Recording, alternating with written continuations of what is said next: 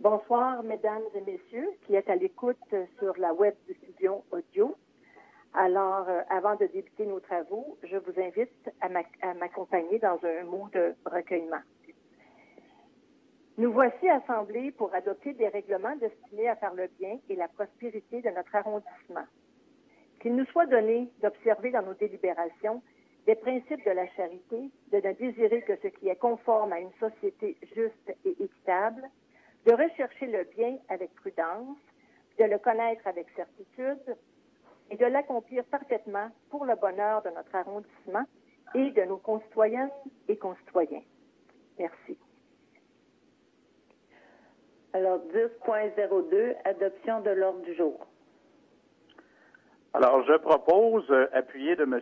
Serge Declos, d'adopter l'ordre du jour de la séance du conseil d'arrondissement avec deux ajouts, le point 10.2.1 pour le mot de la mairesse et le 20.04 Bonjour, Daniel Mimon. Qui concerne l'achat d'un piano.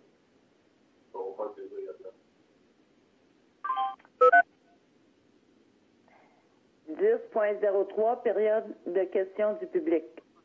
Madame Gagnon, si vous voulez, on va passer au 10.02.1 pour le mot de la mairesse.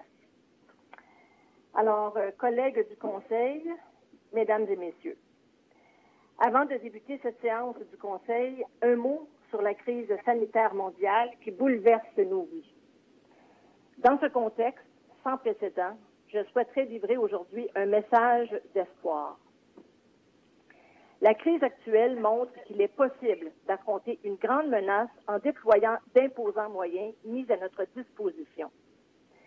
Le leadership politique, la réorganisation rapide du système de santé, la mise en place de grandes politiques économiques et fiscales et le confinement accepté dans les foyers sont autant de mesures susceptibles d'alimenter le sentiment qu'on va s'en sortir. À la salle, nous poursuivons nos efforts pour relayer les recommandations et les directives émises par la Direction régionale de la santé publique. Dans un souci d'éviter la transmission du virus, nous avons tous un rôle à jouer. J'appelle les Lassalloises et les Lassallois à respecter les consignes de la santé publique. C'est ainsi que nous réussirons à vaincre la COVID-19. Continuez de respecter les mesures d'hygiène reconnues.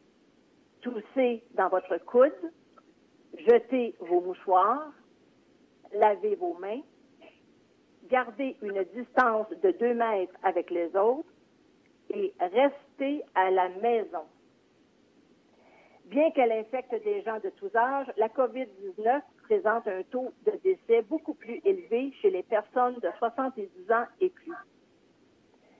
Sur le territoire lassallois, 9 décès ont été recensés au centre d'hébergement de La Salle et l'hôpital La Salle. Nos plus sincères condoléances aux familles touchées. Un deuil incommensurable en cette période de confinement. Nous leur souhaitons beaucoup de courage et de réconfort. Ici comme ailleurs, on observe un élan de solidarité et d'entraide. En cette période difficile, le travail réalisé par les organismes de première ligne qui agissent directement auprès des personnes isolées et vulnérables est crucial. C'est pourquoi l'arrondissement de La Salle a mis en place le 25 mars dernier un fonds de 100 000 $ pour soutenir ces organismes communautaires locaux. À cette initiative s'ajoute une contribution de 30 000 $ au fonds d'urgence de Centraide. Ce geste s'inscrit dans un effort collectif entre les arrondissements afin de répondre aux besoins criants et de plus en plus croissants des populations les plus vulnérables. À La Salle, comme dans le reste du monde, des hommes et des femmes risquent leur vie pour en sauver d'autres. Je tiens à remercier chaleureusement le personnel soignant qui œuvre au cœur de la pandémie de la COVID-19. Malgré les difficultés et les inquiétudes, le personnel de la santé reste mobilisé pour contrer cette crise sanitaire sans précédent. Vous avez toute ma reconnaissance. Je tiens également à souligner le travail remarquable des employés de l'arrondissement de La Salle. À chaque jour, nos équipes assurent les services essentiels et critiques pour tous nos citoyens. En terminant, il est important de se rappeler qu'il faudra faire preuve de patience, de résilience et de détermination afin de passer à travers cette pandémie historique. Je vous souhaite de surmonter cette épreuve sans encombre avec tous vos proches et ce, en bonne santé. Sachez que nous sommes de tout cœur avec vous. Ça va bien aller. Prenez soin de vous. Alors, 10.03, période de questions. Oui, donc, le mois dernier, aucun citoyen avait posé de questions au Conseil, alors il n'y a pas de réponse à donner nécessairement ce mois-ci. Alors, on va immédiatement à la période de questions. Je remercie les citoyens qui ont pris la peine de nous envoyer leurs questions. Alors, j'ai 3 personnes qui demandent à poser des questions. Je débute avec Mme Lorraine Ladouceur, qui veut poser une question sur son sujet, c'est la surveillance de pistes cyclables. Alors, Mme Ladouceur habite sur la 64e avenue et voici sa question. J'aimerais savoir si une surveillance plus accrue est effectuée sur la piste cyclable où plusieurs personnes se promènent sans respecter les consignes de distance et où certains cyclistes manquent malheureusement de civisme. Merci de nous donner l'opportunité de nous joindre à la séance du Conseil et de poser des questions sans avoir à se déplacer. Très belle initiative. Et en post-scriptum, elle mentionne « Je n'ai pas personnellement été sur la piste cyclable, mais la situation m'a été rapportée par mon aidante du CLSC. » Alors, Madame Ladouceur, merci beaucoup pour votre question. Faut savoir que je suis en contact régulièrement avec la commandante du PDQ 13, Madame Joanne Matt, et pas plus tard que ce matin, on a discuté cet après-midi.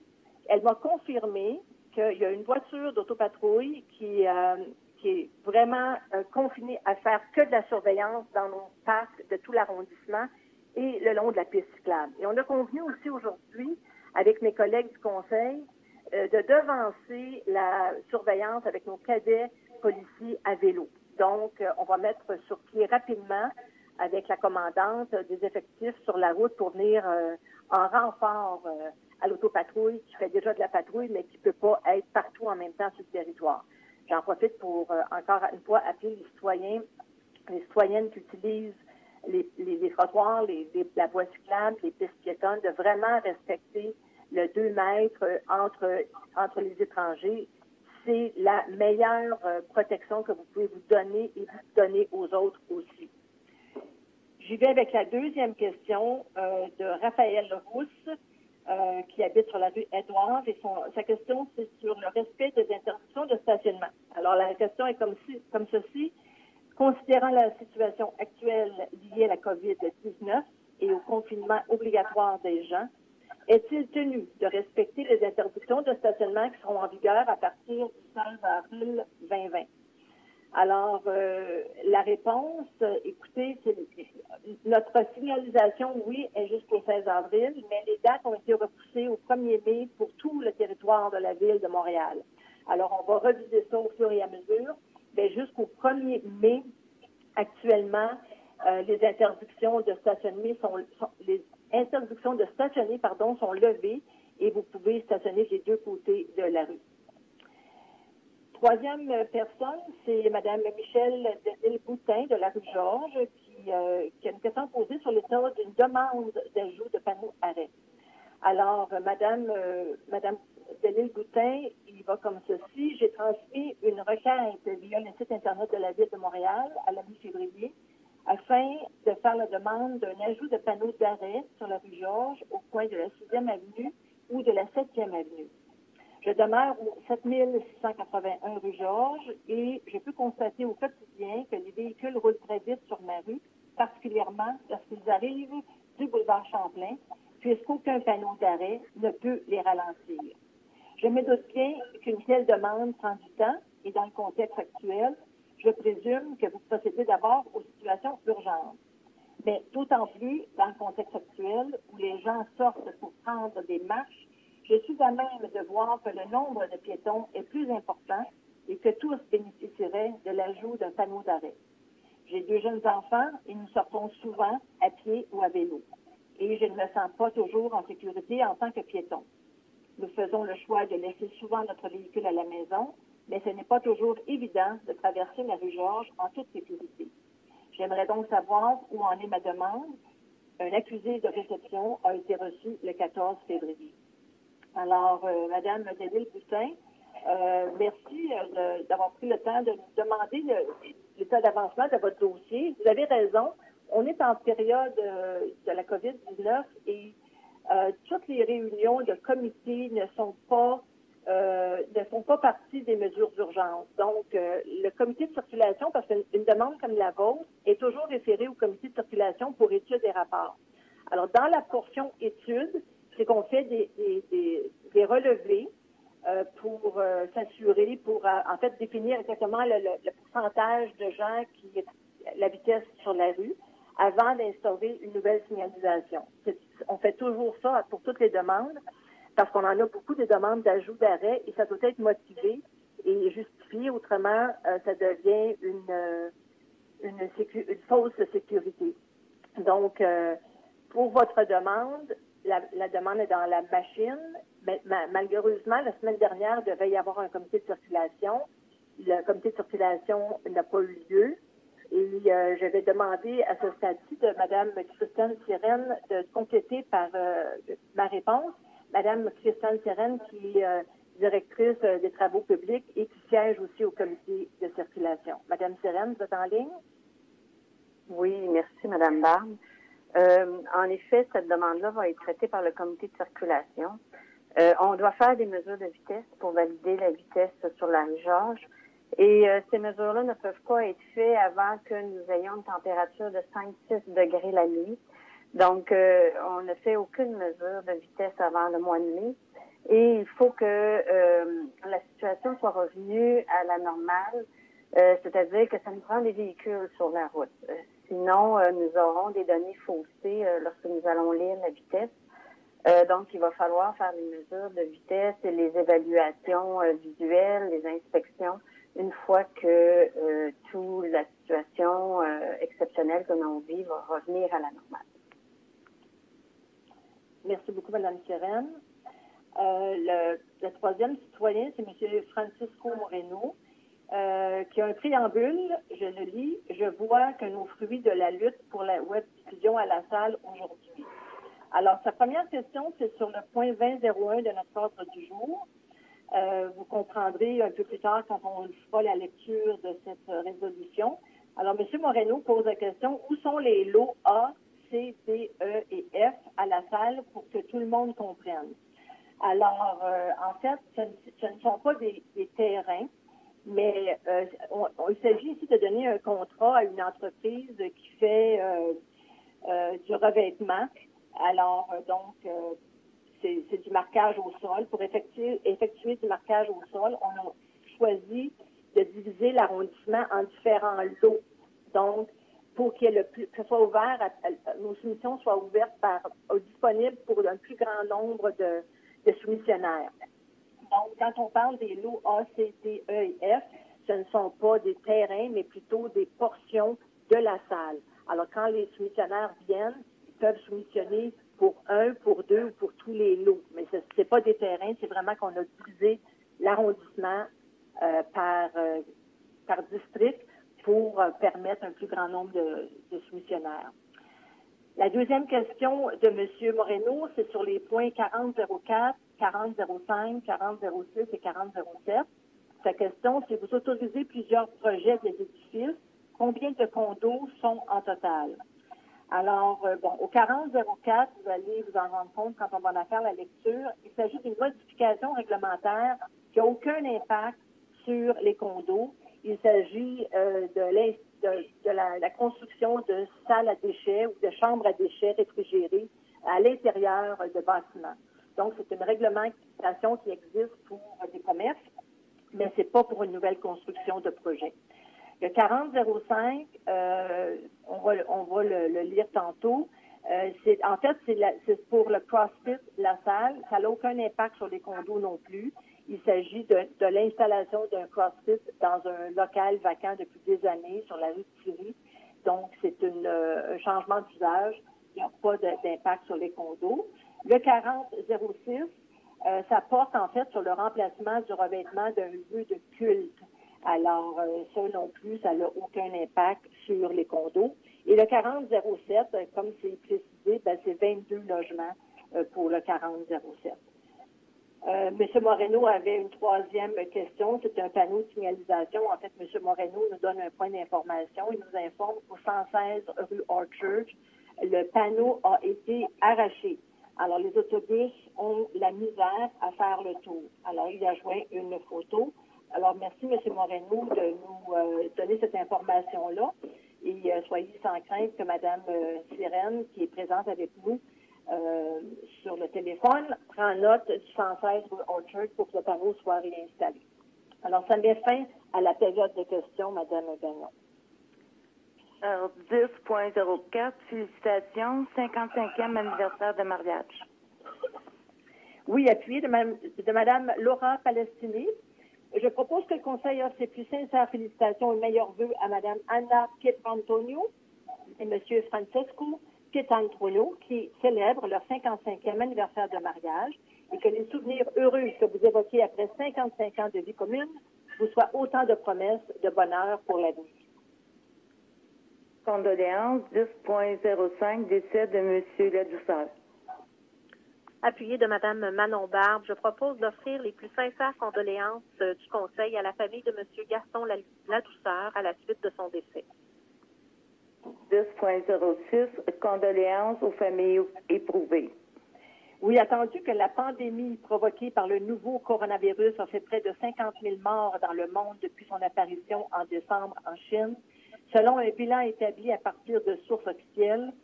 Attendu que selon les autorités sanitaires au Québec, pour le moment, la propagation du coronavirus, la COVID-19, est sous contrôle, mais les prochaines semaines seront critiques. Attendu que, bien qu'elle infecte des gens de tous âges, la COVID-19 présente un taux de décès beaucoup plus élevé chez les personnes de 70 ans et plus. Attendu que les décès ont été recensés jusqu'à présent sur le territoire lasallois. Attendu que ce terrible fléau touche durement l'ensemble de la population, je propose, appuyé de M. Richard Deschamps, que le Conseil d'arrondissement présente ses plus sincères condoléances aux familles touchées qui vivent un deuil en cette période de confinement.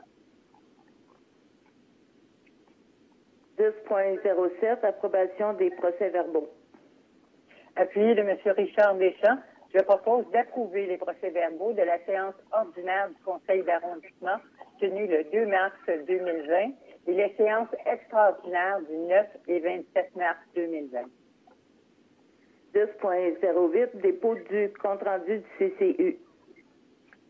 Appuyé de Mme Josée Troillo, je propose d'accepter le dépôt du compte-rendu du Comité consultatif d'urbanisme du 4 mars 2020. 20.01, contrat pour le marquage et le traçage sur la chaussée. Alors, je propose d'accorder un contrat à l'entreprise TRA pour le lot D au montant de 24 702,44 au revêtement Skeltec. Revêtement Skeltec pour les lots A, C et D au montant de 213 810 et 39 sous et à marquage asphalte pour les lots E et F au montant de 33 071 et 14 sous pour effectuer des travaux de marquage longitudinal et divers traçages sur les chaussées pour l'année 2020 avec option de renouvellement pour l'année 2021 et je suis appuyée de M. Serge Declos. 20.02, contrat à Motexa.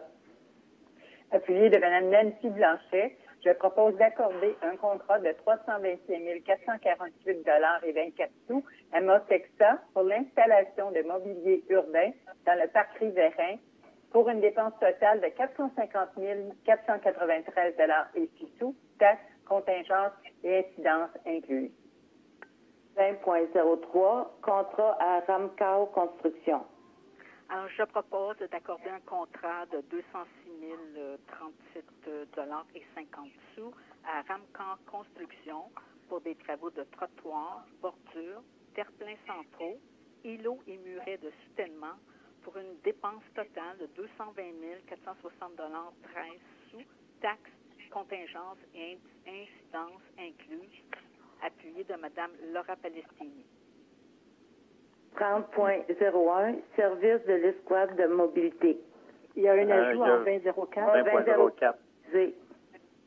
Oui, donc je propose d'accorder une contribution financière de 800 à l'ensemble vocal de la salle pour l'achat d'un piano Yamaya dans le cadre du volet soutien à la création et à la production artistique, volet 3, de la politique de reconnaissance et de soutien des organismes de la salle, et je suis appuyée de M. Richard Deschamps. 30.01, service de l'escouade mobilité. Alors, appuyé de Mme Josée Troïdeau, je propose d'accepter l'offre du Conseil de la Ville d'offrir les services de l'escouade de mobilité et l'application du règlement sur l'occupation du domaine public de l'arrondissement, conformément à l'article 85 de la Charte de la Ville de Montréal. 30.02, la liste des organismes reconnus. Appuyé de M. Serge Declos, je propose d'approuver la liste des organismes reconnus pour les années 2020, 2021 et 2022, selon la politique de soutien et de reconnaissance des organismes de la salle, et leur accorder les différents soutiens auxquels ils ont droit en vertu de leur classification et de la durée de leur reconnaissance. 30.03, nomination de la mairesse d'arrondissement suppléante. Oui, appuyé de Mme Laura Palestini, je propose la nomination de Mme Lise Zarac, mairesse d'arrondissement suppléante pour les mois de mai, juin, juillet et août 2020. Et j'en profite pour remercier M. Richard Deschamps qui a bien rempli son mandat pour les 4 derniers mois. 30.04, nomination du comité préparatoire. Appuyé de M. Richard Deschamps, je propose la nomination de Mme Josée Troïdeau et M. Serge Declos, membres du comité préparatoire pour les mois de mai, juin, juillet et août 2020. Et je profite de l'occasion pour remercier Mme Lise Zarac et Nancy Blanchet pour avoir bien rempli leur mandat pour les 4 derniers mois. 30.05, reddition de compte. Alors, appuyé de Mme Lise Zarac, je propose d'entériner la liste des virements budgétaires et la liste des factures non associées à un bon de commande pour les mois de février et mars 2020, ainsi que la liste des bons de commande autorisés du 21 février au 27 mars 2020. 40.01, avis de motion pour l'adoption d'un règlement à régir l'art mural. Alors, je donne avis de motion de l'adoption à une séance subséquente du Conseil d'un règlement visant à régir et encadrer l'art mural sur tout le territoire de l'arrondissement de la Salle.